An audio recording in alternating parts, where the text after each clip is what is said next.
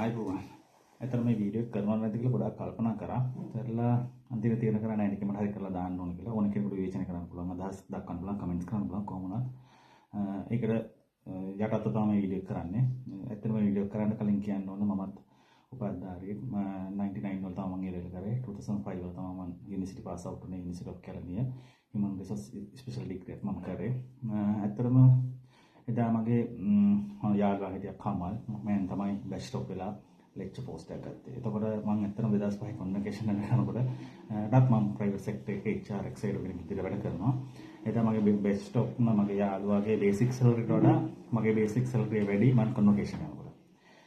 කොහොමද මම private sector එකේ ඉඳලා 2012 ඔය සංවර්ධන නිලධාරි කියන ප්‍රෝග්‍රෑම් එකට එන්න උනා. ඇත්තටම මගේ ජීවිතේ මට ඇත්තටම ඉතාමත් අපහසුයෙන් ගන්න උන තීරණයක්. ඒත් මට ඒක ඇරෙන්නට ඒ අවස්ථාවේ මගේ ලයිෆ් එක බැලන්ස් කරගන්න, මගේ ෆැමිලි ලයිෆ් එක බැලන්ස් කරගන්න මට රජයේ රැස්තාවකට ඒ මට ඇරෙන වෙන දෙයක් කරන්න තිබෙන නිසා ආවා. හැබැයි එතකොට මම ගත්ත මගේ මන්ත්ලි සැලරි එක 2012 වල ඩෙවලොප්මන්ට් ස්ටාෆ් කට්ටිය දුන්නේ 10000 වගේ දුන්නා. ඇත්තටම මගේ 10000 කියන්නේ මගේ පොකට් මනි එක. ඇත්තටම මම 10000 ජස්ට් ස්පෙන්ඩ් කරලා තිබ්බා. ඒ මං ජොබ් එක කරනවා. ඒ නමුත් මගේ පොකට් මනි එකට මගේ රස්සාව කැප කරලා 2012 සම්බන්ධ ප්‍රෝග්‍රෑම් එකට ආවා. හැබැයි ඒ ඇවිල්ලා මම ඇත්තටම හිටියේ ඒකේ අවුරුදු දෙකමාරක් වගේ පොඩි කාලයක්. මට ඇත්තටම ඒක සූට් උන්නේ නැහැ. හේතුුන්නේ ඇත්තටම ඒ වෙනකොට මම ඒ තිබ්බ ක්වොලිෆිකේෂන් එක එක්ස්පීරියන්ස් වලට ඇත්තටම ඩෙවලොප්මන්ට් ඔෆිසර් වෙලා මට කරන්න තිබ්බ දෙයක් එක්ක මට ආත්ම තෘප්තියක් ලැබුණේ නැහැ. මම අවුරුදු දෙකමාරකට මගේ ඇත්තටම මේ පර්සනල් මැටර් එක මට 180 බැලන්ස් කරගන්න පුළුවන් නම් නිසා මම සම්බන්ධතාවය කියන ප්‍රෝග්‍රෑම් එකට ආවොත් කිව්වා. හැබැයි ඒ වෙනකොටත් මයිත් එක්ක හිටපු කීප දෙනෙක්ම ටීචින් ඒ වගේම පරිපාලන සර්විස් SLS ඒ වගේම ප්ලෑනින් සර්විස් අය රෙජිස්ට්‍රාර් එක්සෑම් මගේ රජයේ තිබ්බ එක්සෑම් වල ලියලා ගොඩක් කට්ටිය ගියා. ඉතින් මාත් ඒ අතරතුර මාත් ඒකෙන් අහක් වෙලා ගියා. මම නම් කියන්නේ ඇත්තටම මෙන්න මේ සංවර්ධන නිලධාරීල උපාදාන රස්සාදීන් පටන් ගත්ත 98 පස්සේ ඇත්තට මේක නිකන් දැන් අද වෙනකොට ඇත්තට පැෂන් එකක් වලා තියෙනවා. ඉතින් ඒ ලෙවල් වලට ඇත්තටම ගොඩක් කට්ටිය කට්ටහම අපි දන්නවා ලක්ෂ ගණන් ගියා ඒ ලෙවල් කරාට 1,30,000 යුනිවර්සිටි යන්න පුළුවන්. ඉතින් ලංකාවේ ඇත්තටම අධ්‍යාපන ක්‍රමයේ තියෙන ඉෂුව එකක්. මේ තමයි සිස්ටම් එක এডুকেෂනල් සිස්ටම් එකම චේන්ජ් වෙනවා. එහෙම නැත්නම් ඉතින් අනාගතෙත් මේ වගේ ඒ ලෙවල් කරලා කොහොම හරි ඩිග්‍රියක් කරන්න ඕන කන්සෙප්ට් එකක් පැෂන් එකක් හැදලා තියෙනවා. මොකද රජයේ රස්සා දෙන සංවර්ධන වලට නිසා මේ සංවර්ධන වලට කියලා ප්‍රෝග්‍රෑම් එකම ලංකාවෙන් ඉවත් වෙන්න ඕන. ලංකාවේ ඇත්තටම අපිට මේක මහා ලොකු දෙයක් තමයි මේ ඩිග්‍රියක් කියන එක. ඒනට ෆින්ලන්ඩ් වල මම ඉන්නේ ෆින්ලන්ඩ් වල මෙහි ක්ලීනින් ජොබ් එක කරන්න ක්ලීනින් වලට අත දාලා ඩිග්‍රී තියෙනවා. ඒකේ ක්ලීනින් ජොබ් එක ප්‍රොෆෙෂනල් ක්ලීනින් එකයි ප්‍රොෆෙෂනල් එක. ප්‍රොෆෙෂනල් එක තමන් කරනවා නම් ඒ ඕනම ට්‍රේඩ් එකක ප්‍රොෆෙෂන්ස් එක ඉහළට යනවා ඩිග්‍රී එක. මෙන්න මේ ඩිග්‍රී කියන එක ලංකාවේ අපිට ඇත්තටම මහා ලොකු දෙයක් වුණාට ලෝකයේත් එක්ක කම්පෙයාර් කරද්දී ඩිග්‍රී කියන එක ජස්ට් O level එක්සෑම් එකක්. ඒ නිසා මේ අපිට උපාධියක් තියෙන අපි රස්සාදියව කියන සංකන්සෙප්ට් එක ලංකාවේ නහක් වෙන්න ඕන. ඉතින් ඇත්තටම පැවති දේශපාලන අධිකාරියන් විසින් මේ යාලට බලයට එන්න බලය පවත්වා ගන්න මේ බල පිටින් උපාධාරණ රස්සා දුන්නා මේ කන්සෙප්ට් එක මහාම ඉවත් වෙන්න ඕන. මම නම් ඒක වෙලාම රෙස්පෙක්ට් කරනවා ජනාධිපතිතුමාට. ඇත්තටම විශේෂයෙන්ම ටීචින් වගේ එකකට නම් මොනම හේතුවක් නිසාවත් මරාගෙන මරනවත් සංවර්ධනලාන්නේ මොකා වුණත් බදවා ගන්න එපා තරම් විභාගයෙන් තොරව.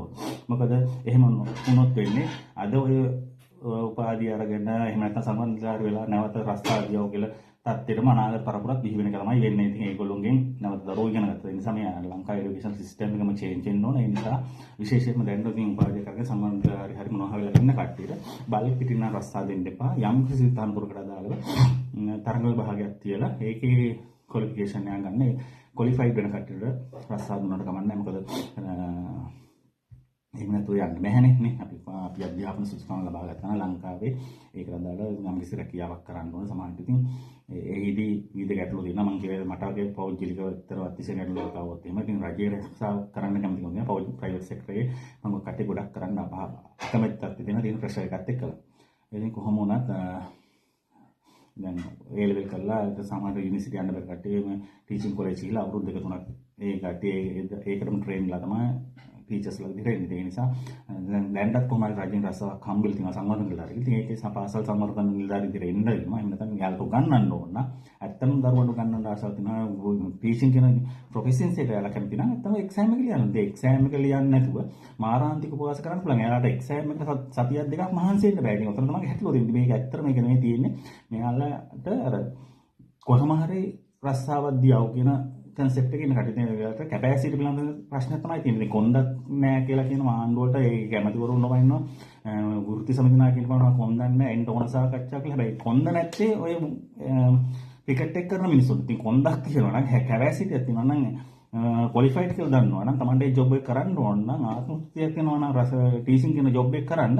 ඉතින් ඔය එක්සෑම් එක ගන්න එක මාසයක් සති දෙක තුනක් මහන්සිලා. ඉතින් එහෙම නැතුව මේ උපහාස කරලා නිකන් ඔය කරන්නම් වාලේ රස්සාවක් කරන්න ඕන නිදහස දීම කියලා බලාගෙන ඇවිල්ලා ඔය ඒ විදිහට ඇවිල්ලා ළමයිට උගන්වලා තවත් මේ රටේ අනාගතයේ දරුවෝ අනාථ කරන්න එපා. මොකද ඇත්තම ලංකාවේ සිලබස් එක වෙනස් කරනවා නම් ඔය කට්ටිය දැන් අපි කොහොමද දැන් එක්ස්පයර් වෙලා තියෙන්නේ. අපි ඉගෙන ගත්ත දේ නෙමෙයි අනාගතේ උගන්වන්නේ. එතකොට ඇත්තටම ඒකට ගැලපෙන්න නම් තරංග විභාගකින් මේ ක්වොලිෆිකේෂන් ප්‍රූව් කරලා තමන් ක්වොලිෆයිඩ් කියලා පෙන්නලා ඒ ප්‍රොෆෙෂන්ස් එකට එන්න. එහෙම නැතුව පවතින රජයන් හරි පැවති රජයන් හරි විවේචනය කරලා බලපෑම් කරලා යම්කිසි වෘත්තියකට එන්න හදන්න එපා. ඒක ඔයාලා දිහා බලනකොට අතිශය බහුතරයක් ඔයාලට චෝදනා කරන මිසක් ඔයාලා වෙනුවෙන් පෙනී සිටින්නේ නැහැ. ඒක තේරුම් ගන්න. බොහොමත් ස්තුතියි. බායි.